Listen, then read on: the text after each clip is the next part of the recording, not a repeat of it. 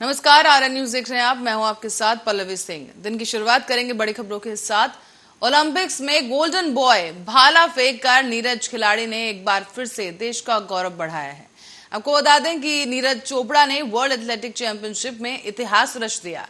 उन्होंने अमेरिका के यूजिन में हुई इस चैंपियनशिप के फिनाले में 88.13 मीटर दूरी पर यह भाला फेंका है और ये भाला फेंकते हुए सिल्वर मेडल पर निशाना साध दिया।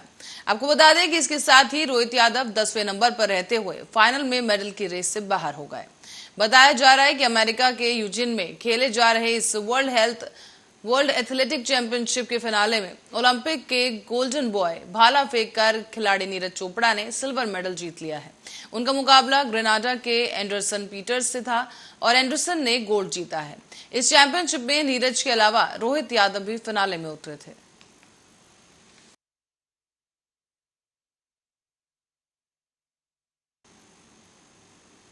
और विश्व स्वास्थ्य संगठन ने मंकी पॉक्स को लेकर अलर्ट जारी कर दिया है। वर्ल्ड हेल्थ ऑर्गेनाइजेशन ने शनिवार को ही मंकी पॉक्स को लेकर ग्लोबल हेल्थ इमरजेंसी की घोषणा कर दी है। इस संबंध में वर्ल्ड हेल्थ ऑर्गेनाइजेशन के महानिदेशक डॉक्टर टेड्रोस ने प्रेस वार्ता की और कहा गया है कि मंकी पॉक्स का प्रकोप अंतर्राष्ट्रीय स्तर पर चिंताजनक है।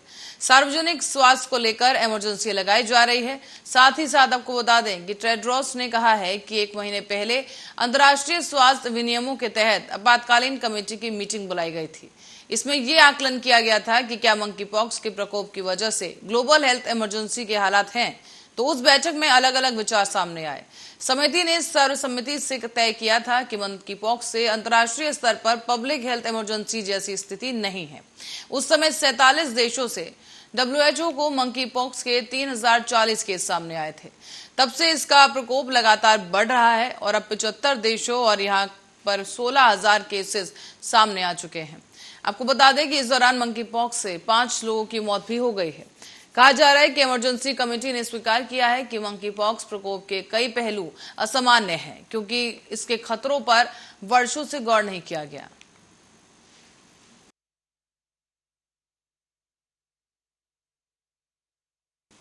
और बढ़ते हैं बड़ी खबर की ओर। कानपुर से ये खबर सामने आ रही है। आपको बता दें कि कानपुर में अग्निपथ योजना के तहत भर्ती परीक्षा आज से शुरू हो गई है और बता दें आपको कि कानपुर जनपद में 17 परीक्षा केंद्र बनाए गए हैं। कानपुर में करीब 31,875 परीक्षार्थी परीक्षा देंगे और सभी सेंटरों की व्यवस्था एयरफोर्स संभालेगी। साथ ही साथ आपको बता दें कमिश्नरेट पुलिस के अंतर्गत 11 परीक्षा केंद्र होंगे और यहां पर अग्निपथ परीक्षा का शुभारंभ हो चुका है। करीब 31,875 परीक्षार्थी परीक्षा देंगे और कड़ी निगरानी में परीक्षा की जाएगी। बता दें आपको कि सभी सेंटरों की व्यवस्था एयरफोर्स संभालेगी। साथ ही साथ ये भी आपको बताते चलें कि कमिश्नरेट पुलिस के अंतर्गत 11 परीक्षा केंद्र बनाए गए हैं।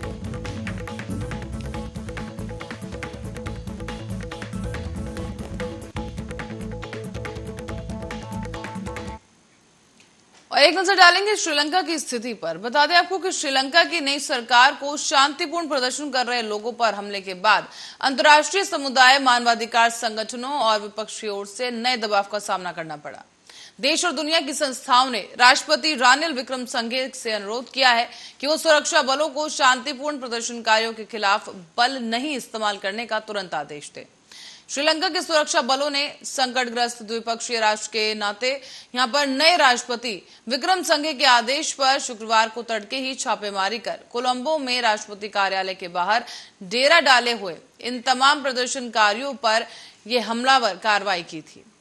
अब बढ़ते अगली खबर की ओर। यहाँ आपको बताते चलें कि जिस तरीके से श्रीलंका में मौजूदा हालात बने हुए हैं, उसी को लेकर विश्व स्तर पर भी हालातों की चिंता की जा रही है। और अब रुक करेंगे उत्तर प्रदेश की ओर, जहां पर समाजवादी पार्टी के द्वारा शनिवार को ही शिवपाल सिंह यादव और ओम प्रकाश राजभर को एक चिट्ठी लिखी गई थी। इसमें उन दोनों से कहा गया कि उन्होंने जहां सम्मान मिले वो वहां चले जाएं। अब इस मुद्दे पर राजनीतिक पारा चढ़ता जा रहा है। विधानसभा चुनाव के दौरान समाजवादी पार्टी गठबंधन का हिस्सा रहे महान दल प्रमुख केशव देव मौर्य ने बड़ा खुलासा कर दिया है। महान दल प्रमुख ने कहा कि सपा और सुबसपा का गठबंधन नहीं होना चाहिए था और मैंने सपा के नेताओं को पहले ही अवगत करा दिया था कि अखिलेश यादव ओपी राजभर से गठबंधन ना करें, लेकिन मेरी बात को अनसुना कर दिया गया। और 4 साल पहले सीएम योगी आदित्यनाथ ने शिवपाल यादव को लखनऊ में बंगला दिया था। शिवपाल यादव अखिलेश के सामने से मदद कर रहे थे, लेकिन पीछे से नुकसान पहुंचा रहे थे। आगे उन्होंने ये भी कहा है कि मैंने सपा के नेताओं से कहा था कि राजभर की डोरी बीजेपी और आरएसएस के हाथों में है।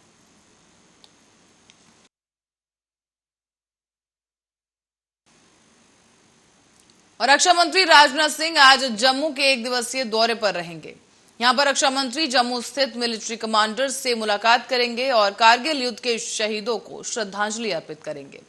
आपको बताते चलें कि फॉरवर्ड लोकेशन का दौरा कर ऑपरेशन तैयारियों का भी जायजा लिया जाएगा। साथ ही उनके साथ थल सेना प्रमुख भी रहेंगे और इस दौरान एक कार्यक्रम में देश के लिए मर मिटने वाले 2000 शहीदों के परिवारों को सम्मानित किया जाएगा। कारगिल विजय दिवस की पूर्व संध्या पर रक्षा मंत्री राजनाथ सिंह और आरएसएस के सरकारवाह दत्तोश्रे होसबले ने भी देश पर मर मिटने वालों को श्रद्धांजलि अर्पित करने की बात कही। और अब खबर है रायपुर से, जहां पर रायपुर समेत छत्तीसगढ़ के तमाम हिस्सों में पिछले कुछ दिनों से लगातार हो रही भारी बारिश के कारण बाढ़ जैसी स्थिति के बीच शनिवार को मुख्यमंत्री भूपेश बघेल ने अधिकारियों को सतर्क रहने के निर्देश दिए। एक अधिकारी ने बताया है कि दक्षिण बस्तर पर बीजापुर कई छोटी नदियों और जलाशयों में बाढ़ का पानी भर गया है और इसी वजह से प्रभावित हैं कई लोग और इस कारण लोगों का जीवन अस्त व्यस्त हो चुका है। आधिकारिक बयान के अनुसार मुख्यमंत्री भूपेश बघेल ने राज्य में चक्रवाती बारिश के मद्देनजर जिला अधिकारियों, पुलिस अधीक्षकों और नगर निगमों को सतर्क रहने के लिए कहा है। मुख्यमंत्री ने उन्हें यह भी सुनिश्चित करने का निर्देश दिया कि जल जमाव और बाढ़ जैसी किसी भी स्थिति से निपटने के लिए आपदा प्रबंधन संबंधी सभी उपाय किए जाएं। बयान में कहा गया है कि उड़ीसा पर एक चक्रवाती परिसंचरण के कारण सरगुजा को छोड़कर राज्य के सभी हिस्सों में भारी बारिश की संभावना है।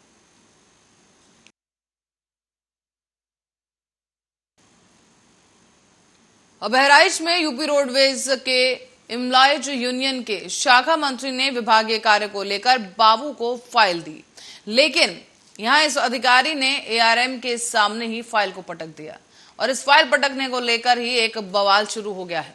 बता दें आपको कि यूनियन के लोगों ने जमकर नारेबाजी शुरू कर दी और शाखा मंत्री ने कहा कि अब जब तक इस बाबू का निलंबन नहीं होगा तब तक आंदोलन चलेगा, जरूरत पड़ेगी तो आंदोलन को प्रांत स्तर तक भी ले जाया जाएगा। आपको बता दें कि एआरएम ने बाबू को फाइल लेकर कार्य करने के लिए कहा, लेकिन इस पर शाखा मंत्री ने बाबू आशीष सिंह को प्रभारी एआरएम के सामने ही फाइल पटक दी और साथ ही साथ उस फाइल पर काम करने से भी इनकार कर दिया गया। इससे शाखा मंत्री समेत कई अन्य लोग नाराज हो गए और सभी ने इस सरकारी बाबू के खिलाफ नारेबाजी करते हुए बवाल शुरू किया। प्रभारी एआरएम बीके तिवारी ने लोगों को समझाते हुए ये मामला शांत कराया है, लेकिन कर्मचारी संघ बाबू के निलंबन की लगातार मांग कर रहे हैं।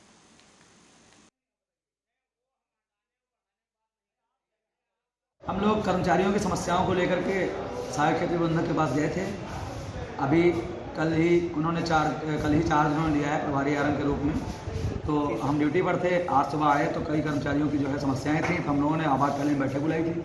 अपने ऑफिस में हम लोग बैठक किए, सबकी यही मांग थी, चलिए एआरएम साहब से बात करके समस्याओं का समाधान किया गया। हम लोग कर्मचारियों की समस्याओं को लेकर के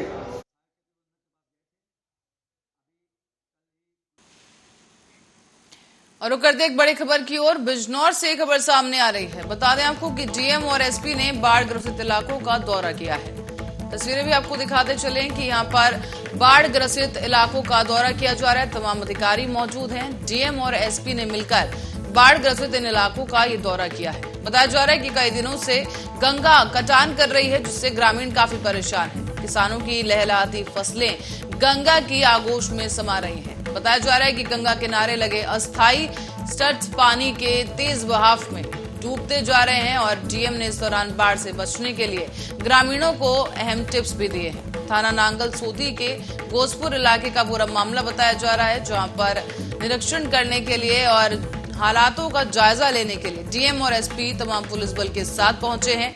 इस बीच किसानों से और लोगों से भी बातचीत की गई और उन्हें जरूरी टिप्स दिए गए हैं, अहम दिशा निर्देश दिए गए हैं, ताकि वो बाढ़ जैसे हालातों में या गंगा का कटान जिस तरीके से जारी है उससे अपने खेतों को और अपने घरों को सुरक्षित रख सके। आपको बता दें कि गंगा इस वक्त लगातार बढ़ती जा रही है, जलस्तर बढ़ता जा रहा है गंगा में, क्योंकि बारिश हो रही है और इसी कारण अब नदियों ने भी कटान करना शुरू कर दिया है। इसी क्रम में बाढ़ ग्रसित इलाकों का जायजा लेने के लिए खुद डीएम और एसपी मौके पर पहुंचे हैं। इस दौरान किसानों से भी बातचीत की गई और उन्हें जरूरी टिप्स दिए गए हैं। थाना नांगला सोती के गोस्तपुर इलाके का पूरा मामला है। और बिजनौर से एक खबर सामने आई है, जहां यूक्रेन से आए हुए दंपति जंगल में फंस गए। बताया जा रहा है कि जंगल में कीचड़ था और कीचड़ में इनकी कार फंस गई, जिसके बाद पीआरवी पुलिस ने इन्हें बमुश्किल वहां से बाहर निकाला है। इस बीच विदेशी महिला अपने हिंदुस्तानी पति के साथ दिल्ली से हरिद्वार जा रही थी। बताया जा रहा है कि यूक्रेन में महिला ने यूपी पुलिस का धन्यवाद किया है और थाना नांगल सोती के चंदक बालावली रोड का ये पूरा मामला बताया जा रहा है। तस्वीरें आपको दिखाते चले कि यहाँ पर ये कार जंगल के बीच कीचड़ में फंस गई है और ये दंपति यूक्रेन से आया था और हरिद्वार घूमने जा रहा था, लेकिन इसी बीच इनकी कार फंसी।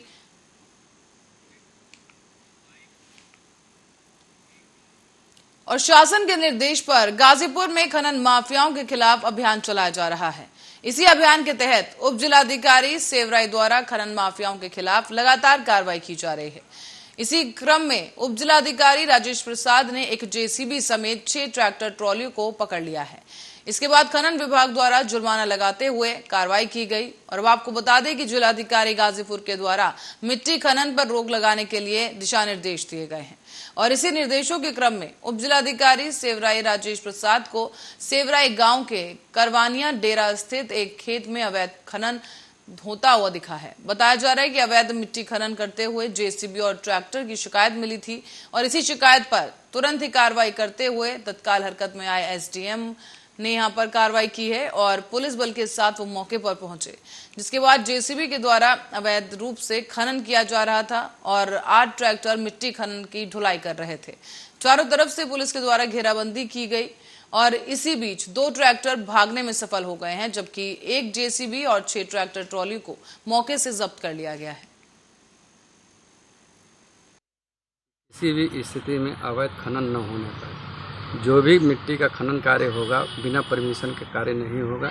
अब परमिशन भी उन्हीं व्यक्तियों के लिए है जो स्वयं के काम के लिए है और 100 घन मीटर तक ही मिट्टी का परमिशन मिला है। लेकिन यहाँ पे अवैध खनन करने की शिकायत जब प्राप्त हुई तो प्रभारी निरीक्षक गहमर, चौकी इंचार्ज सेवराई और मैं राजस्व टीम के साथ मौके पर हम लोग पहुँचे, जहाँ पर एक जेसीबी और 6 ट्रैक्टर ट्राली तथा 2 ट्रैक्टर और भी थे जो इधर उधर भाग गए मौके पे। और खेत में मिट्टी का अवैध खनन करते हुए पाया गया, जिसको मौके पर तत्काल यहाँ लेकर आया गया है और खनन अधिकारी को भी जिला महोदय द्वारा जिलाधिकारी महोदय द्वारा भेजा गया है। इस पर अब त्वरित कार्रवाई करते हुए इनके विरुद्ध भारी से भारी जुर्माना। और खबर एरवा कटरा से है, जहां पुलिस अधीक्षक चारू निगम और अपर पुलिस अधीक्षक शिशुपाल सिंह के दिशा निर्देश पर सीओ मोहन प्रताप सिंह के नेतृत्व में चलाए जा रहे धरपकड़ अभियान में एरवा कटरा पुलिस को बड़ी सफलता मिली है। आपको बताते चलें कि एरवा कटरा के ग्राम एरवा टिकुर से एक नाबालिग लड़की को बहला फुसला कर भगा कर ले जाने के अपराध में पॉस्को एक्ट जैसी गंभीर धाराओं में वांछित चल रहे प्रदीप कुमार को मुखबिर की सूचना पर कुंदरकोट तिराहे से गिरफ्तार कर लिया गया है।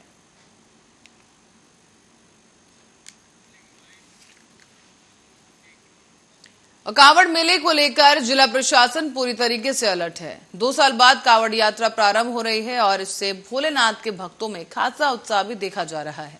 तो वहीं जिला प्रशासन ने इस बार बस्ती जिले के प्राचीन शिव मंदिर में बाबा भदेश्वर नाथ धाम पर 5 लाख से अधिक श्रद्धालुओं के पहुंचने की संभावना जताई है। कांवड़ यात्रा को सकुशल संपन्न कराने के लिए एडीजी जोन गोरखपुर अखिल कुमार 2 बार बस्ती का दौरा भी कर चुके हैं। लगातार अधिकारियों से मेले की तैयारियों को लेकर भी जायजा किया गया और जिला अधिकारी प्रियंका निरंजन ने भी इस दौरान दौरा करते हुए ये जानकारी दी कि कांवड़ यात्रा को सकुशल संपन्न कराने के लिए जिला प्रशासन लगातार तैयारियां कर रहा है। और आपको बता दें कि इस बीच नेशनल हाईवे 28 को डाइवर्ट कर दिया गया है ताकि कांवड़ भक्त किसी भी प्रकार की समस्या उनके सामने ना आ सके और इसीलिए जगह जगह पार्किंग की व्यवस्था भी कर दी गई है। सुनिश्चित किया गया है कि जगह जगह बैरियर्स लगाए गए ताकि ट्रैफिक व्यवस्था को सुचारू रूप से संचालित किया जा सके। इसी बीच नेशनल हाईवे पर कांवड़ियों के द्वारा अयोध्या धाम से आते समय बाएं लेन का प्रयोग किया जा सकेगा। जो इस समय कांवड़ यात्रा चल रही है, जिसका समापन श्रावण शिवरात्रि को बदेश्वरनाथ मंदिर पर होगा। इसको लेकर के घोर से बदेश्वरनाथ तक पूरे क्षेत्र को 9 जोनों में और 15 सेक्टर्स में बांटा गया है। इस पूरे कार्यक्रम की निगरानी करने के लिए 2 एडिशनल एसपी और 20 सीओ, करीब 50 इंस्पेक्टर्स और 300 एसआई और 1200 पुलिस आरक्षी और 300 महिला आरक्षी तथा 1.5 कंपनी पीएसी की ड्यूटी लगाई गई है। पूरे क्षेत्र में लगातार पुलिस भ्रमणशील रहेगी। सभी चीज़ों पर ध्यान रखा गया है कि आने जाने वाले यात्रियों को और यहाँ के निवासियों को और जो भी ट्रैफिक होगा सड़क मंदिर की बहुत से महत्ता है। ये बताते हैं, शिव पुराण में लिखा गया है कि अयोध्या से 20 धनुहा पूरब बाबा भद्रनाथ, जो शिव पुराण में वर्णन है 11वें अध्याय में, नदी कुआनों के 3 तटों से घिरा हुआ है, पूरब पश्चिम दक्षिण दिशाओं से घिरा हुआ ये पौराणिक मंदिर है। और इस बीच राज्य महिला आयोग की अध्यक्ष विमला गौतम ने मथुरा पहुंचकर लोक निर्माण विभाग के सभागार में महिला जन सुनवाई की। मथुरा जनपद के विभागों के अधीनस्थ अधिकारियों के साथ समीक्षा बैठक की गई, जिसके बाद दिशा निर्देश दिए गए कि गर्भवती का गोद भराई और अन्नप्राशन करवाया जाए। राज्य महिला अध्यक्ष के साथ बाल संरक्षण और बाल विकास मंत्री देवेंद्र शर्मा भी मौजूद रहे।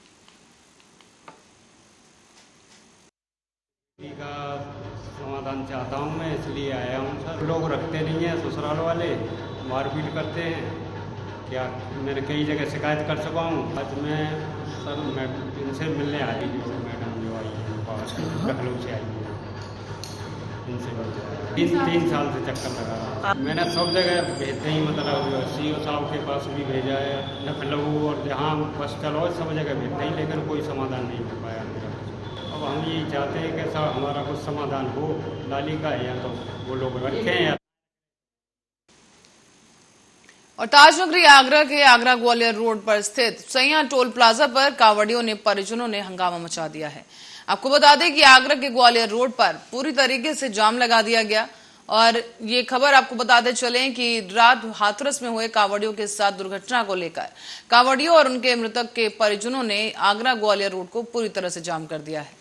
आपको ये भी बता दें कि बीती रात को हाथरस में डंपर ने कांवड़ियों को रौंद दिया था, जिसमें 6 कांवड़ियों की दर्दनाक मौत हुई और एक की हालत नाजुक बताई जा रही है। सभी कांवड़ियों जो हैं हरिद्वार से गंगाजल लेकर ग्वालियर जा रहे थे और वहीं सादाबाद थाना क्षेत्र के हाथरस आगरा मार्ग के बढ़ार चौराहे के पास पीछे से आ रहे एक डंपर ने इन कांवड़ियों को रौंद दिया। इसके बाद कांवड़ियों और उनके परिजनों ने आगरा के सैया टोल प्लाजा को जाम कर दिया है।